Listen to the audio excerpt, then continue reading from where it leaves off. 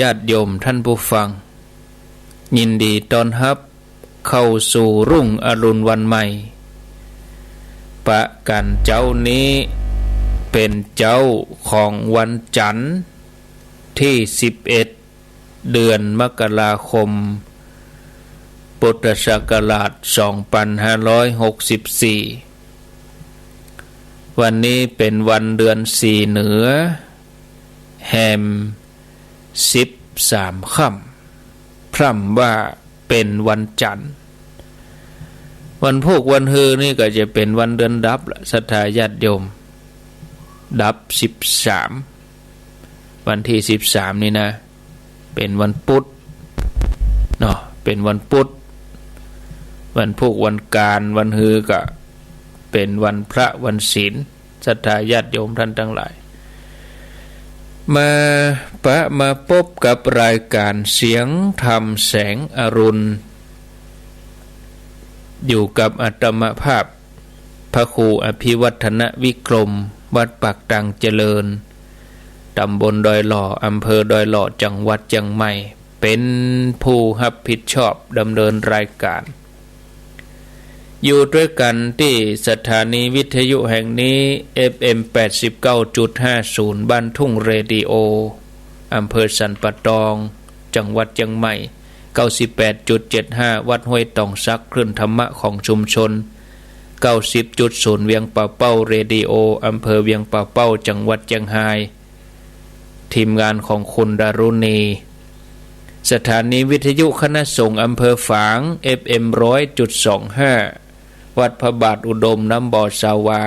สำนักวิปัสสนามนเสียงธรรม 106.25 อำเภอแม่แจ่มวัดบุพารามวิทยุชุมชนคนเมืองลี้อำเภอลี้จังหวัดลำพูน 103.75 น่านฟ้าเรดิโอ 101.75 น่านฟ้าเรดิโออนุโมทนาญาติโยมติดตามฟังทางโซนป่าแดดในเมืองแล้วก็มีเสียงธรรมจากวัดจันทร์ 103.50 อำเภอกัลยาณิวัฒนา 103.50 วิทยุชุมชนคนนาน้อยอำเภอนาน้อยจังหวัดน่าน 91.50 สี่คำเรดิโอ 92.50 อำเภอเวียงสาจังหวัดน่าน 92.50 FM 100.75 เสียงใสเรดิโออำเภอต้าวังผาจังหวัดน่านร้านนาเรดิโอ 95.75 อำเภอซบปาบจังหวัดลำปางแดนดินถิ่นล้านนา 103.50 แดนดินถิ่นล้านนานี่ออกอากาศที่บ้านหงงัวตำบลน้ำบ่อหลวงอำเภอสันปะตองจังหวัดเชียงใหม่แดนดินถิ่นล้านนา 104.50 แถมคลื่นหนึ่งเนาะวันนี้เจ้านี้เปิ้นทำการเชื่อมสัญญาณให้ญาติโยมได้ยินได้ฟังต่อเนื่องกันไปแถมชั่วโมง 104.50 วัดฝ่ายหินอันนี้ก็ขออนุโมทนาในกุศลเจตนาของสถานีวิทยุทุกคลื่นทุกที่ทุกแห่งตี5:15 นาทีบางท่านก็ตื่นมาตั้งแต่เจ้าละบางท่านก็กำลังจะออกจากที่นอนล้างหน้าล้างตาทำภารกิจส่วนตัวบางท่านก็ขอนอนต่อแหมน้อยเจ้าอยู่ท่านพระครูออกรายการ6 โมงพอดีก็จะลุกอีนะบางท่านก็เอารายการวิทยุนี่เป็นมติเนาะฟังเวลานั้นเวลานี้ก็ยินดีกับน้องเบลตัวเนาะที่ได้สื่อสารมาแจ้งว่า 104.5 วัดไฟหินก็เชื่อมสัญญาณไปแถมคลื่นหนึ่งก็ขออนุโมทนายินดีมีผู้ส่งข่าวอย่างนี้ก็ดีเหมือนกันเนาะสัตเตียก็อูไปเขาก็บ่ฮู้เนาะอันนี้ยินดีกับน้องเบลตัวคนเฮาเกิดมานี่ต้องมีเป้าหมายของชีวิตเป้าหมายชีวิตนี่เป็นตัวกำหนดว่าเฮาจะดำเนินชีวิตไปทิศทางใดเฮาจะได้ฝึกฝนตัวเก่าตามเป้าหมายที่เฮาตั้งไว้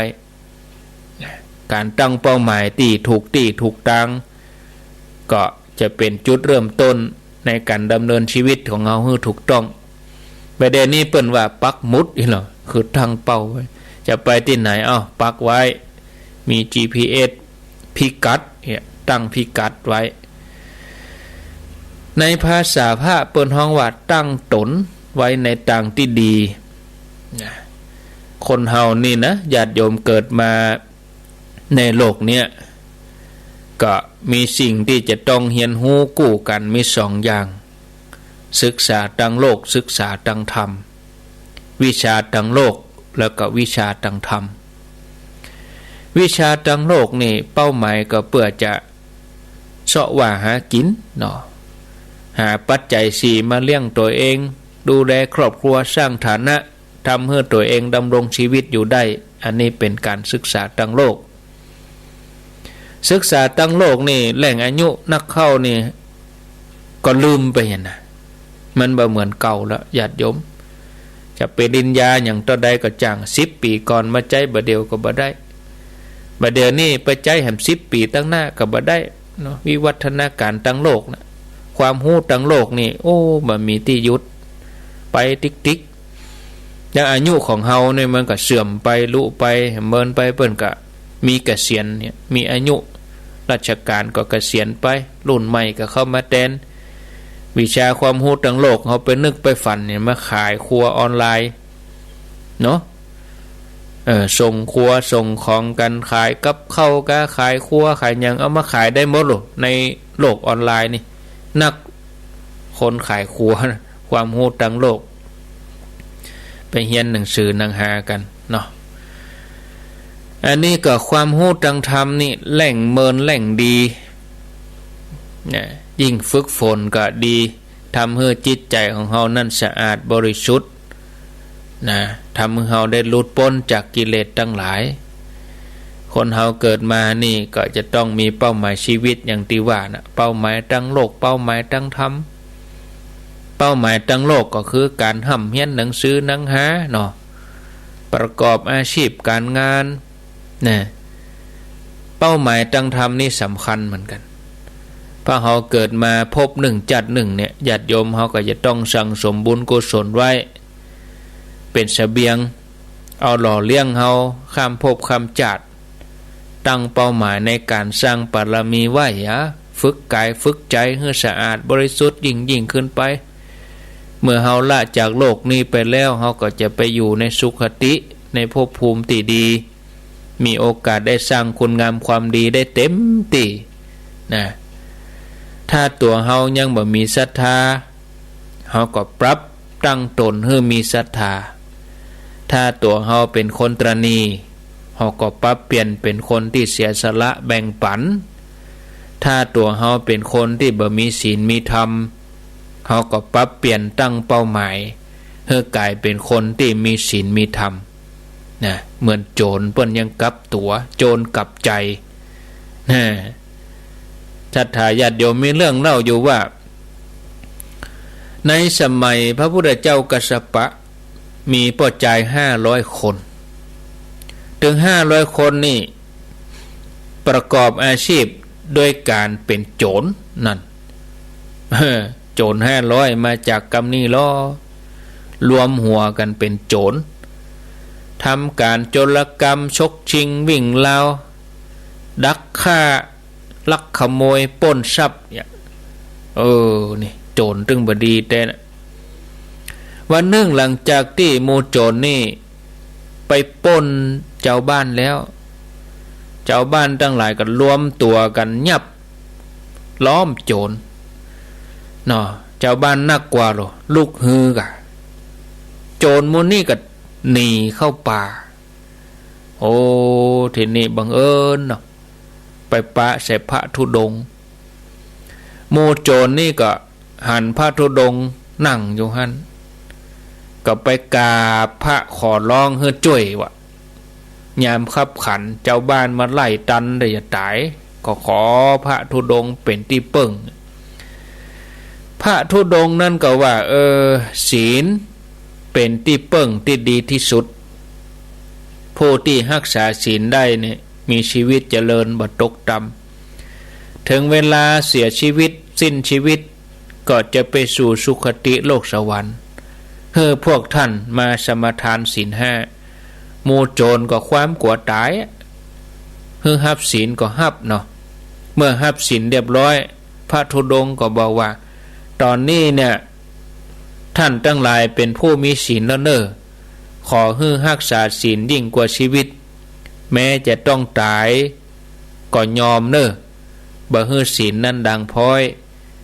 รักษาศีลเหมือนจามรีรักษาขนแมงจามรีนี่ตัวจามรีนี่ก็ลักษณะเหมือนแมงโต เคยหันแมงโตก็ตีเปิ้นเอามาแสดงกับนกกิงกะลาแมงโตขนมันงามจามรีนี่มันรักษาขนมันดีแมงจามรีนะรักษาศีลก็เหมือนจามรีรักษาขนโจร500นี่ก็ฮับปากพระธุดงค์ว่าจะรักษาศีลให้ดีที่สุดตอนนั้นหมู่เจ้าบ้านก็โตยมาตันเนี่ยเจ้าบ้านฆ่าโจรตายหมดเลยโอ้โจรนี่ก็บ่มีท่าทีว่าจะต่อสู้อย่างบ่มีความเกลียดความโกรธเพราะตั้งใจจะรักษาศีลตามติกรรมพระธุด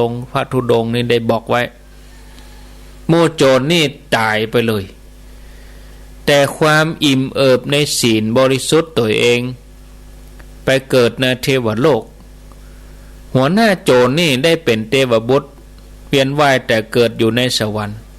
เสวยทิพยสมบัติไป1 พุทธันดรก็คือช่วงเวลานับจากการบังเกิดของพระเจ้าพระองค์หนึ่งไปสู่พระองค์หนึ่งเนี่ยเปิดห้องว่าเป็นพุทธันดร1เป็นเวลายาวนานเหมือนกันนะท่านผู้ฟัง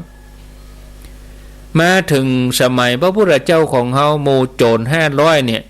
ที่ไปเป็นเทวบุตรเนี่ยปีกมาเกิดเป็นเจ้าประมงนะมีอาชีพหาป่าออกท้องทะเลอยู่ที่เมืองสาวัตถีบุญหัวหน้าเทวบุตรในอดีตชาติที่เป็นหัวหน้าโจรก็มาเป็นหัวหน้าชาวประมงนี่มีลูกน้อง500ออกเสาะหาป่าเป็นประจำวันหนึ่งตอดแหได้ป่ามากะป่าตัวนี้ตัวใหญ่ตัวหลวงป่าตัวนี้นี่สีเป็นทองคำเหรอวะดีใจศรัทธาญาติโยมช่วยกันยกป่าใส่เหือแล้วก็เอาไปให้พญาเจ้าเมืองพระเจ้าประเสนที่โกศลพระเจ้าประเสนที่โกศลนี่ก็พอพิจารณาก็เอาป่านี่เข้าไปในวัดนะไปถึงป่าก็ว่าป่าตัวนี้ปากมาปากเหม็นเหมือนซากศพเหม็นทั่วไปทั่ววัดเลยตลบอบอวนพระเจ้าประเสนที่โกศลก็ถามพระพุทธเจ้าว่าป่าตัวนี้ไปทำกรรมอย่างมาตัวสีทองตึงตัวนะแต่ว่ามีปากเหม็นเหมือนอมศพไว้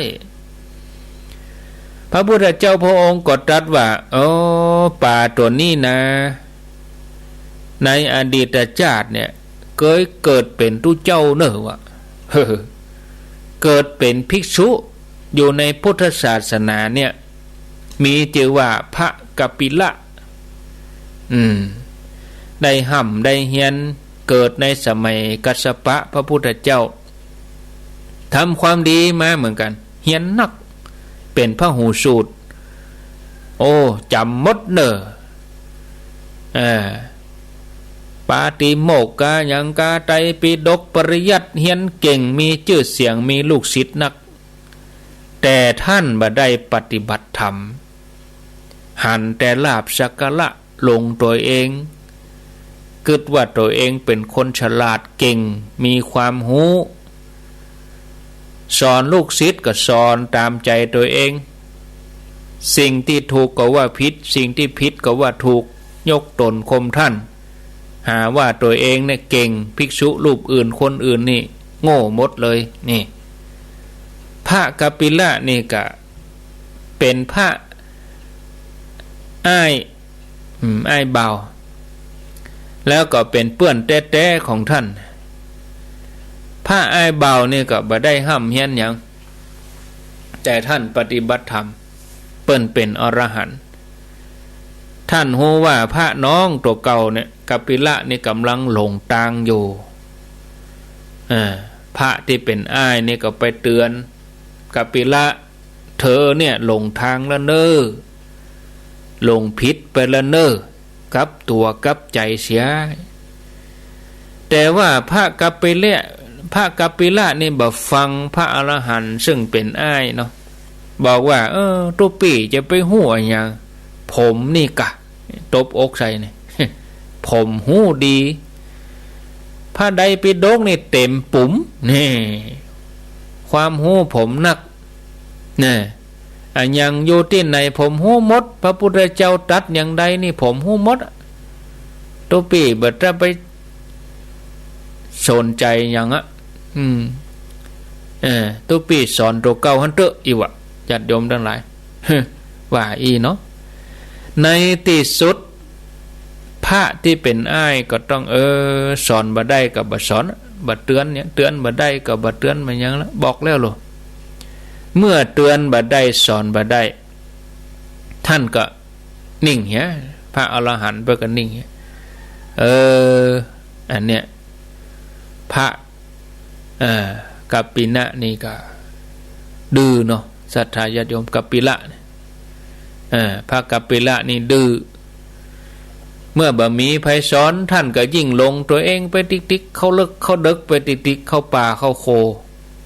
เอวด่าเอวว่าภิกษุตนอื่นๆว่าความหูบ่เต้าตัวทำความคิดเสมอตนบ่ได้ลูกศิษย์ก็นายว่าขี้ข้าพลอยหอมกไปด้วยกันเนี่ยทำผิดไปด้วยกันเนี่ยทำให้พระศาสนาเสื่อมเมื่อตายจากโลกไปแล้วพระกัปปิละนี่นะไปตกมโนหกปุ่นก่อนเนอะญาติโยมลงอเวจีนะไผ่ที่เจือถือกดโตยกันไปแหละโตยไปอยู่ด้วยกันปุ่นต้องไปเสวยวิบากกรรมนี่ทุกข์ทรมานเป็นเวลายาวนานนะจนนับบ่ได้เพราะหยังเพราะเกิดผิดผิดแล้วก็ทำผิดบอกกองป้นจากมโนหกก็มาเกิดเป็นป่าท้องนี่เนาะตัวสีท้องเนี่ย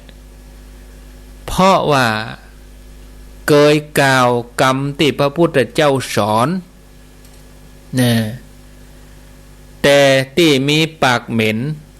ก็เพราะว่าไปด่าไปว่าผู้ทรงศีลพระพุทธเจ้าพระองค์ตรัสจบแล้วพระองค์ก็ถามว่ามาจากไหนนี่ป่าตัวนี้ก็ตอบลุกอเวจีมหานรกมาพระพุทธเจ้าก็ถามแทนว่าแล้วจะไปไหนก็คงจะปิกไปอเวจีมหานรกเหมือนเดิมว่าแล้วก็เอาหัวบุบเหือนะบุบดินน่ะดินบุ่มบุบตายอ้องไปตกมโนหกอย่างเก่าปิกมาก็หมอกมาใจจัดเกิดนี่แหละท่านผู้ฟังเนาะกูคนที่ได้ฟังพระพุทธเจ้าตัวหันเหตุการณ์นั้นตัวเกิดความสลดใจเจ้าประมงที่เอาป่ามานั่นก็ขอบวชเลยตั้งใจประพฤติธรรมได้บรรลุอรหันต์เหมือนกันหมดเลยท่านผู้ฟังโจรกลับใจเนาะเขาจะหันว่าโจรถึง500เนี่ยจากเดิมเนี่ยฆ่าสัตว์ตัดชีวิตแต่มีจิตปรับเปลี่ยนทำแต่บาปแต่กรรมภายหลังมาตั้งใจรักษาศีลก็เลยเป็นเหตุเป็นปัจจัยนะทำความดีอย่างอื่นเพิ่มเติมบวชในที่สุดก็เข้าถึงธรรมพุทธเจ้าแต่ว่ากรรมนั้นยังจะต้องได้เสวยอยู่ก็เสวยกะบ่หายไปไหนแต่ความดีนั้นมีนักกว่าเหมือนหมาล่าเนื้อคำว่าเนื้อในที่นี้ก็ได้แก่เก้งแก่กวางหมาล่าเนื้อเก้งกวางกำลังอ่อนหมาก็ติตันเนาะถ้าเก้งกวางกำลังดีหมาก็ไล่บตันบาปกรรมก็อย่างเดียวกันนะญาติโยมฉะนั้นตั้งตนให้ดีตั้งไว้ที่ไหนเขาจะตั้งตัวตั้งใจไว้ที่ไหนตั้งไว้ที่ไหน เหมือนญาติโยมเขาตั้งใจที่จะฟังธรรมก็เอามาตั้งไว้ทีเนี้ยเอาวิทยุตั้งไว้ทีเนี้ยเนาะความสบายนี่นะญาติโยมทั้งหลายเฮาฟังธรรมแล้วเฮาสบายใจอ่ะมันก็จะทำให้อย่างอื่นเฮาดีเฮาสบายไปตัวโล่งโปร่งเบาสบายความสบายกายความสบายใจนี่ก็เป็นการเข้าถึงธรรมอย่างหนึ่งเฮาจะเจริญจิตภาวนาด้วยวิธีใดก็ตามเฮาก็อาศัยรักความสบายกายสบายใจบ่ว่าเฮาจะปฏิบัติวิธีไหนก็ได้นะแต่ถ้าเฮามีความสบายกายสบายใจนี่โอ้อยู่ที่ไหนก็ได้ญาติโยมท่านทั้งหลายพระมหากัจจายนะนี่เปิ้นเป็นอรหันต์ได้รับการยกย่องว่าเป็นเลิศในการแสดงธรรมที่พิสดารก็คือยกหัวข้อขึ้นมาเห็นหน่อยหัวข้อหนึ่งแล้วก็ท่านมหากัจจายนะนี่เปิ้นแจกแจงอธิบายขยายความได้ละเอียดเพื่อผู้ฟังนั้นเข้าใจแจ่มแจ้งนอกจากนี้ท่านก็ยังเป็นมหาบุรุษอดีตชาติเปิ้นก็เคยปรารถนาพุทธภูมิแต่เมื่อลูนมาก็เปลี่ยนความตั้งใจมาเป็นพุทธสาวกคนทั้งหลายก็นึกว่าพระมหากัจจายนะนี่เป็นพระพุทธเจ้าเองเพราะว่าเหมือนเดียวกับพระพุทธเจ้าหมดกุอย่างอากัปกิริยาผิวพรรณเปล่งปลั่งเหมือนดังพระพุทธเจ้าเนี่ยเมื่อท่านเดินเข้ามาใกล้ๆถึงจะหูว่าอันนี้บ่ใจเมื่อลูนมาตัวท่านมหากัจจายนะก็บ่อยากจะให้คนเข้าใจผิดว่าตัวท่านเป็นพระพุทธเจ้าเพราะใจของพระอรหันต์นั้นบ่คิดที่จะตีเสมอครูบาอาจารย์บ่อยากเด่นอยากดังอะไรอย่างเนาะท่านก็เลยอธิษฐานเป็นร่างกายอ้วนเหี้ยบ่งามบ่ดีอ่ะอีน่ะเอาอย่างเงี้ยปัจจุบันนี้คนจีนนี่เพิ่นนับถือเนอะถือกันว่าเป็นสัญลักษณ์แห่งโชคลาภนะมหากัจจายนะนี่มีประวัติน่าสนใจเหมือนกันนะมหากัจจายนะนี่เล่าให้ฟังแบบย่อเนาะท่านผู้ฟังหมอกเวลาพอดีประเดี๋ยวนี้ตี 5:34-35 นาทีเรื่องเล่าเปิ้นอย่างใดเอาแบบย่อเนาะถ้าแบบยาวนี่ก็มีฉบับพระเจ้า500จัดก็จะเอามาอู้อยู่แต่ขอให้โปนเดือนนี้ไปก่อนนะเอาอู้มาได้เกือบ2 ปีก็พระเจ้า500จัดเนี่ยก็จะเอามาอู้ให้ฟังแถมอยู่พระเจ้า500จัดแต่ที่ญาติโยมเขาได้ฟังตึงวันนี่ก็อยู่ในพระเจ้า500จัดแต่ว่าเป็นฉบับย่อแล้วก็อรหันต์สาวกอาสิติมหาสาวก80แถมมีนางภิกษุณีแหมภิกษุณีในพุทธศาสนามีแหมหลายตนนะเอามาเล่าให้ญาติโยมฟังแหมโอ้ปะเลอะปะเตอบ่ทักกลัวมันเสี่ยงเด้อปะเลอะอู้กันมาได้เป็น10ปีนี่ธรรมะยังมาหมดมันเสี่ยงเด้อนี่ญาติโยมทั้งหลายห้องลูกกันมาเป็นหลาย10 ปีรับลูกเจ้ากินพักตังป่ายรับลูกควายกินพักตังเก้านี่ห้องกันมาเป็น10 ปีคนลูกก็ลูกตันคนบ่ลูกก็นอนฟังก็บ่เป็นหยังก็รู้สึกว่าตื่นตัวกันนักขึ้นไปวัดไปวากันเนาะโยมเขาก็ฟังน้ำฟังธรรมฟังธรรมะกันก็มีสติกันดีขึ้นมาก็อนุโมทนาด้วยมาฟังกันเลยในอดีตเมืองโสรยะขณะที่ลูกของท่านโสรยะเศรษฐีนั่งเล่นกับเปื่อนมีความสุขอยู่หั่นก็เกียมจะไปอาบน้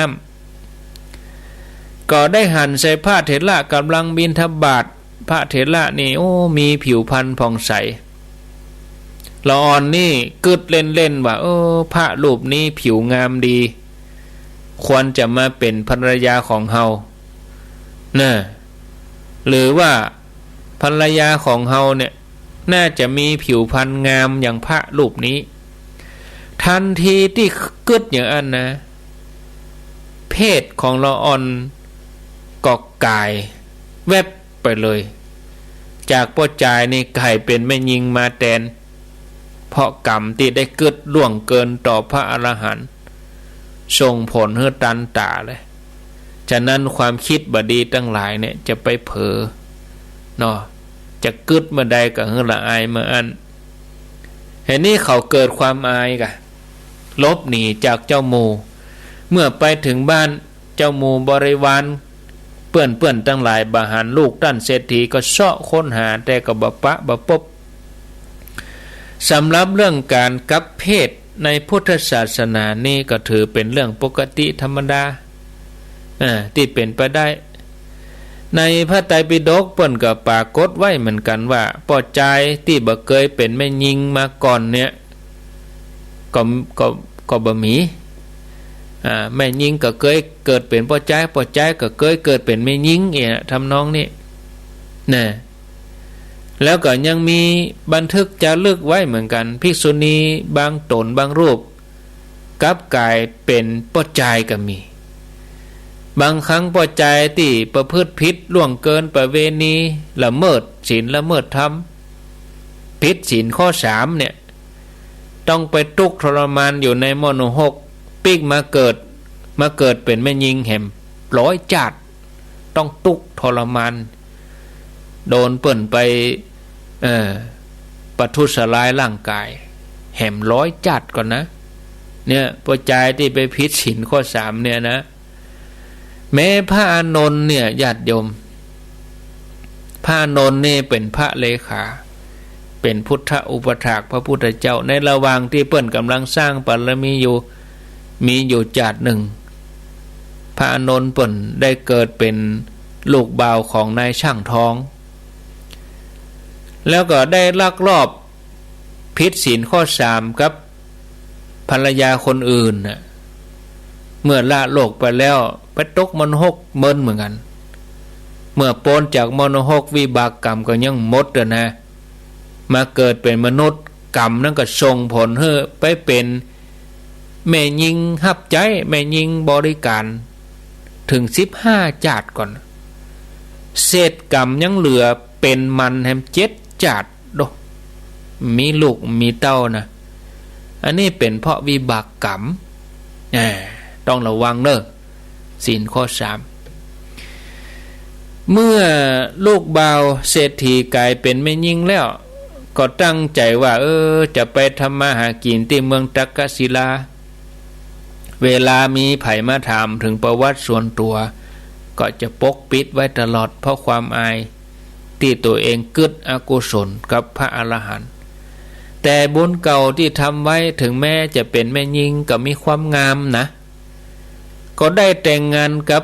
ลูกเศรษฐีประจำเมืองตักกศิลาเธอก็อาศัยอยู่กินกับลูกบ่าวของเศรษฐีเมืองตักกศิลาบ่เมินบ่นานก็มีลูก2 คน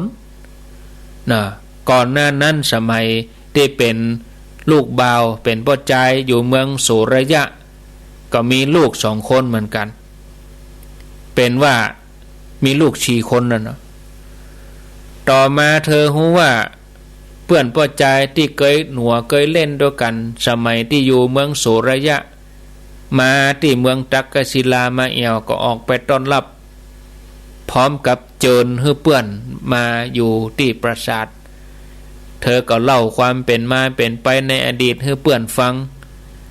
เพื่อนก็แนะนำให้ไปขอขมาต่อพระเถระวันหนึ่งเมื่อรู้ว่าพระเถระก็คือพระมหากัจจยนะมาบิณฑบาตในเมืองนี้เธอก็ส่งคนไปนิมนต์ให้ท่านมาฉันที่บ้านพระเถระก็รับนิมนต์ฉันภัตตาหารเสร็จแล้วหลังจากนั้นเธอก็กราบเรียนไปตามตรงเนาะข้าแด่พระคุณเจ้าตัวข้าเจ้าก็คือลูกบ่าวของเศรษฐีอยู่ที่เมืองโสระยะเคยกึศบดีกับท่านจิตเป็นอกุศลก็เลยกลายเพศมาเป็นสตรี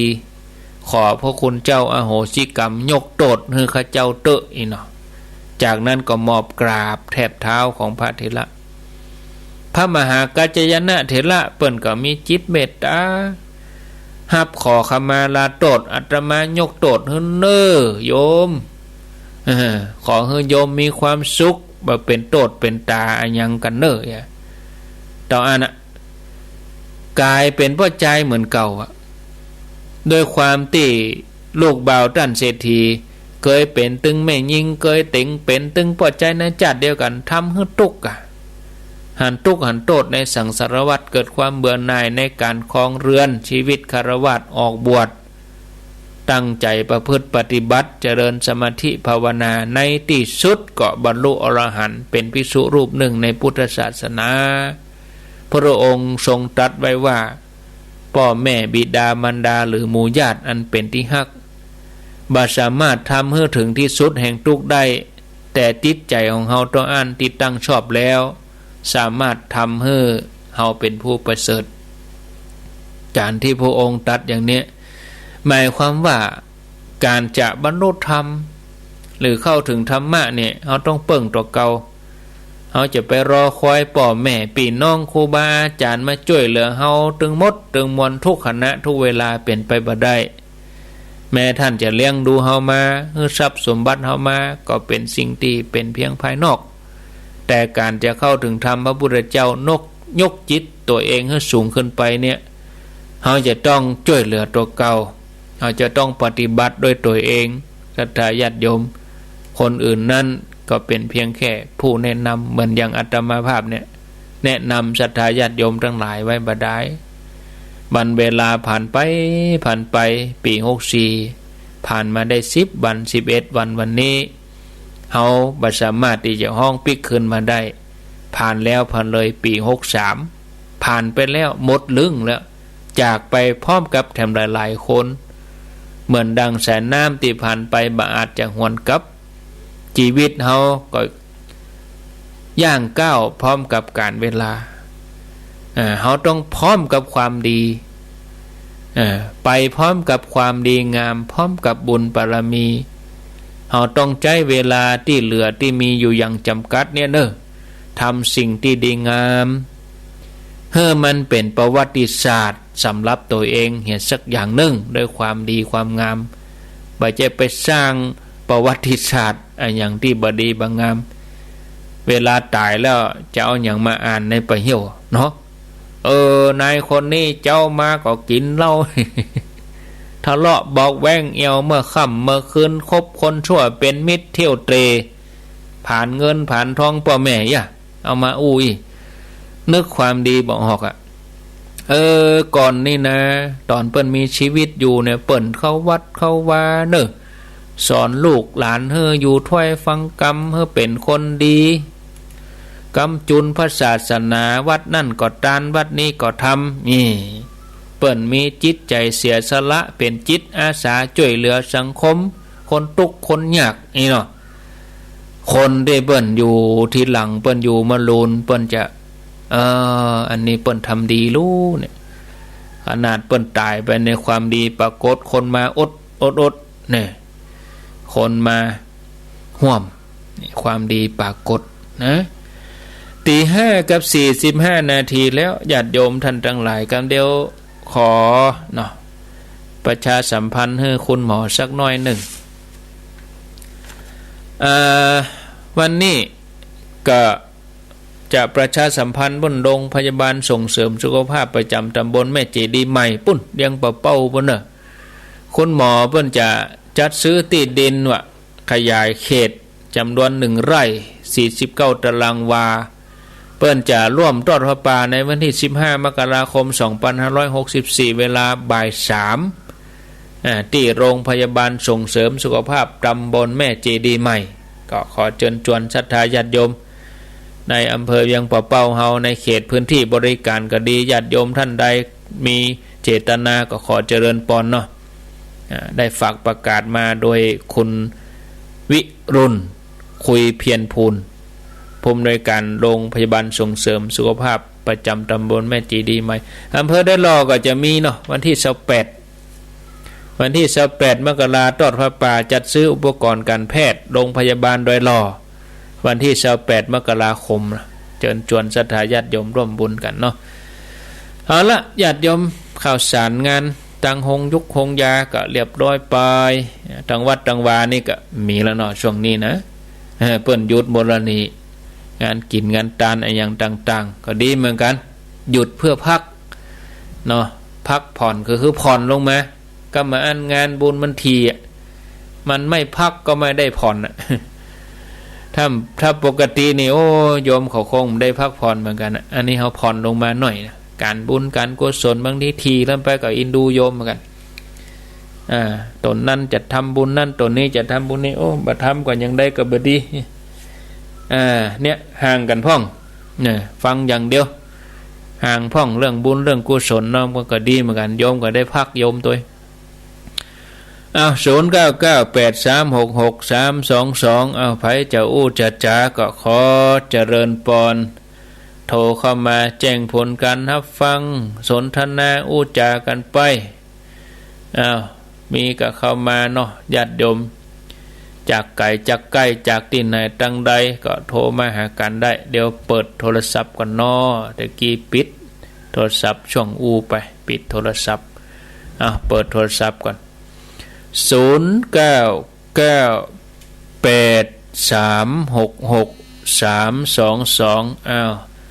จะเริญปอนน้องเบลน้องเบลนะครับแต่แรกที่ผมโทรหาพระครูสมุวิสุวัตก่อนยินดีเนาะโทรบอกเปิดแล้วถามเปิดว่าอันนี้เจ้าคุณมันออกเนี่ยเปิดบอกพร้อมเด้อยินดีก็เลยว่าอันเดี๋ยวกันเดี๋ยวจะได้โทรบอกว่าควรอภิวัตต่อวัดต่อชั่วโมงมีผู้สื่อสารแจ้งไปว่าน้อยสี่โทรมาชั่วโมงครับมีผู้สื่อสารโมทนาถ้าแหมชั่วโมงทำไหวแต่มาเนี่ยดัง4 ตันไปแล้วนำเดี๋ยวนี้ถ้าแหมชั่วโมงนี่ข้อไปได้ใหญ่เนี่ยโอ้บึดนิ่มลูกแล้วเนี่ยจัดรายการนี่ตั้งตี 3มาละโยมไม่ใช่ว่าตี 3ปุ๊บเขาได้จัดเลยนะเขาก็ต้องตื่นตี 2 เกิงอย่างกะตี 2 เกิงนี่นั่งยาวเลยวะนี่นั่งนักเลยนี่0998366322มีเข้ามาจะเริญปอนผมกับภาษาครับผมเน้นลักกะโอ้ไม่นี่ดังทำละเดี๋ยวได้ฟังนะเรื่องของป่าแต่ขนาดไปปลูกงูแท้ๆกันยังเสียจนได้เนาะนั่นกะโอ้ไผ่ตึ้งเก่งเต้าอยากครับความรู้มีแต่ว่าไปผิดไปน้อยเดียวผิดพลาดไปน้อยก็ทำให้ครับพลาดไปก็เลยทำให้ไปซัดเดรัจฉานได้เนาะพระทายาทโยมก็อย่าได้ประมาทรักษาเนทำตามเอาอยู่ตามน้ำทำไปตามตัวอย่างคนเมืองเขาแหวนนะกันเนาะนั่นกันนั่นครับผมในกำลังใจท่านอาจารย์เสมอนะครับเอาตังแม่แจมแหมงานนึงลืมไปงานทำบุญทักษิณาวันมหามงคลรำลึกได้ทำบุญอุทิศแด่พระครูมหามงคลหรือว่าหลวงปู่สุดใจ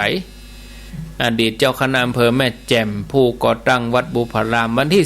14เนอะ14 มกราคม 2564เวลา 9 โมงที่วัดบุพารามตำบลจังเครื่องอำเภอแม่แจ่มเนาะเชิญชวนศรัทธาญาติโยมท่านทั้งหลาย0998366322เจริญปอนครับกวัยสาครับอาจารย์ครับป่อบุญธรรมบ้านโป่งหนองครับผมแม่นแล้วครับชัดดีเนาะชัดเจนดีครับได้คติดีครับโอ้ดีละกะลูกเจ้ากินพักตั้งปลายลูกควายกินพักตั้งเก้าแม่นแล้วครับโมทนาครับผมกวัยสาครับตุ16 องศามันเจ้านี่นะเจริญปนจากเจ้าท่านจากตังใดน้ำลัดเจ้าน้ำลัดเนาะโอ้น้ำลัดจอมตองนะเจ้าแม่หลวงใจกะเจ้าแม่หลวงใจได้ยินชัดดีเนาะชัดเจนเจ้าช่วงนี้มาได้ ลำได้โทร เนาะ งานก็ห่างไปหน่อยแม่เนาะเอาโอกาสหน้าสถานการณ์คลี่คลายดีๆก่อนก็ง่อมหาเมืองกันนะเด้เนาะ เจ้าห้อมหักษา เอ เจ้า ง่อมหากันเมืองกันเนาะ เจ้า เนาะก็เติงหาเมื่อก่อนก็ดีละตัดสินใจไปนะแต่ เจ้า ไปหลายๆตีนะเนาะ เจ้า มาเกิดฮอดบัดเดียวนี่โหถูกต้องละตัดสินใจไปเข้าแล้วนี่ เจ้า ถ้าตัดสินใจกับบัดเดียวนี้ถ้าเป็นสถานการณ์บัดเดียวนี้ก็หยุดกะไปได้ไปยินดี เจ้า ได้ไปหูไปหันได้ไปหันไปนี่แต่อ่านหนังสือ10,000 เล่มไม่เท่าท่องเที่ยว100 ลี้หรอกเปิ้นไว้ก็เหมือนเดียวกันน่ะญาติโยมทั้งหลายเนาะฟังรายการธรรมะครูบาอาจารย์ไปหลากหลาย0998366322มีเข้ามาจะอู้จะจาสายจนกันพ่องเนาะสายมันจนกันนะเจริญปน ตัดตึกเจ้า จากดังใด เจ้าสุตีจะซ่อนเจ้า แจ่ซ่อน เจ้า บ้านศพลีกะ เจ้า ตีอันไปปะกันน่ะเนาะ เจ้าวันนั้นขอโทษนะเจ้าเนอะโอ้ยอันได้อู้กับพระครูจะทำเมื่ออยู่วัดอยู่เจ้า อันยังฮะ วันนั้นน่ะ เจ้าโทรไปหาพระครูน่ะเจ้าอยู่วัดเจ้าเลยปิดโทรศัพท์เจ้าก็เลยไปเป็นยังไปเป็นยัง พระครูโทรมาหาเจ้าก็เบอร์มันมานี่ก็เลยโทรย้อนไปนึกว่าเปิ้นมีอันหยังด่วนสำคัญก็อีกอ่ะโทรกับจิตเนาะแต่เลยว่าอันไหนมันเตะเนาะก็โทรหาพระครูเห็นไหมสายมันกาไว้นี่ก็เลยโทรย้อนวันก็กดตึ้งจิตนะโมทนายินดีเนอสาธุสาธุ3 วันน่ะเจ้าครั้งที่วันน่ะวันจันทร์เลยว่ะในวันน่ะเจ้าก็โทรสิอ่ะมาถามขอให้พระครูอยู่ดีมีสุขในเจ้าเนอโมทนาเนอเจ้าคุณเจ้าคุณของเนาะจะได้จิตจะได้เปลี่ยนในเจ้าเนอเอาละสาธุต่อไปสายต่อไปเจริญปนสาธุเจ้าแม่ไล่ว่าจะได้ชัดเจนนี่นะฟังอยู่ชัดเจนฟังอยู่ชัดดีเจ้าลูกเจ้าอันนี้แม่ไล่เวียงปะเป้าบ้านสันสายเนาะเจริญปน0998366322ลุดไปอย่าสายลุดไปอย่าว่าถ้าเป็นฝากข้อความนี่นะก็โยมก็ต้องอดทนเอาเนาะเต็งเอาเจริญปนเจ้ากราบไหว้การนะเจ้าท่านพระครูเจ้าจากดังใดฮะจัดอันห้วยโถกกะเจ้าชัดเจนดีนะเจ้าชัดแจ๋วดีห้วยโถกเจ้าอู้ถึงเรื่องบุญทีนี้ตื่นไม่ได้ไปไหนเนาะพระครูเนาะก็ฟังธรรมอ่ะกะบุญเกิดจากการฟังธรรมอีกก็ได้หรอเนาะเจ้าฟังธรรมนี่ก็ได้บุญแล้วเนาะได้กะเจ้าโมทนาสาธุสาธุตี 5 กับ 55 นาทีเหลือ5 นาทีเจริญปนเจริญสุขเจริญชัยอยู่ที่ไหนโดยสเก็ตเด็ดสกอยชัดเจนดีเนาะโดยสเก็ตชัดเจนดีคือสติสอนใจดีติดตามไปเรื่อยๆเนอะแม่ฟังกันไปเรื่อยๆฟังโทรเดี๋ยวเช้ามันบัดนี้เป็นยังแม่พยายามเอาอายุต่อใดอายุมันสายซ่อนมันจะกับฝากข้อความเอาข้อความฝากข้อความก็มันติดสายนะครับเหมือนเฮาอู้กันในคนอื่นก็โทรมันติดไปฟังเหรอที่อันโยม โยมอย่างก็ที่เป็นชัดนั่นแหละ โยมพิสมัยกะคุณโยมพิสมัยอ่ะอนุโมทนาเลยเจ้าโมทนาเริ่มได้อายุตัวใดเริ่มได้ตอบใช่ครับเจริญปนเจริญปนจากตังใดบ้านสาเจ้าอยู่ที่ไหนศพเตี้ยเจ้าศพเตี้ยแม่บุญปันกะเจ้าได้ยินทีดีเนาะเจ้าชัดเจนดีลูกเจ้าเหมือนกันแต่พระเจ้าละเจ้าฟังไปเลยเนาะเจ้าโมทนาเจ้าสาธุสาธุสายต่อไปเจริญปนลุดไปหมะฮับแต่ลุดไปเหรอวะกำลังอู้อยู่ฮับแต่ลุดไปเอามาใหม่โยมที่บอกว่าท่านกำลังฝากข้อความนี่คือติดสายอื่นนะเจริญปนไหว้ศาลเจ้ารอบ2ว่ามามีคนเดียวได้อ่างกาได้เป็นดึงปัจจัยไม่ยิงได้เป็นดึงตูดเจ้าอ่ะฟังแล้วกันเนาะได้หูหมดอ่ะเนาะเป็นปัจจัยอย่างนั้นเป็นไม่ยิงอย่างนั้นมันเลยไก่อ่ะจ้าโมทนาก็เลยไก่อ่ะไม่ยิงเป็นนี่มันตุกหยักปัจจัยมันตุกหยักไก่ปนไปเลยแบบปีกมาแล้วถึงแบบเป็นแล้วถึงปัจจัยไม่ยิงเป็นอรหันตาปฏิบัติธรรมไปที่นี่วุ่นวายหนอที่นี่ขัดข้องหนอโลกนี้มีแต่ความวุ่นวายเอาละเนอะสายสุดท้ายเจริญปนไหว้ศาลเจ้า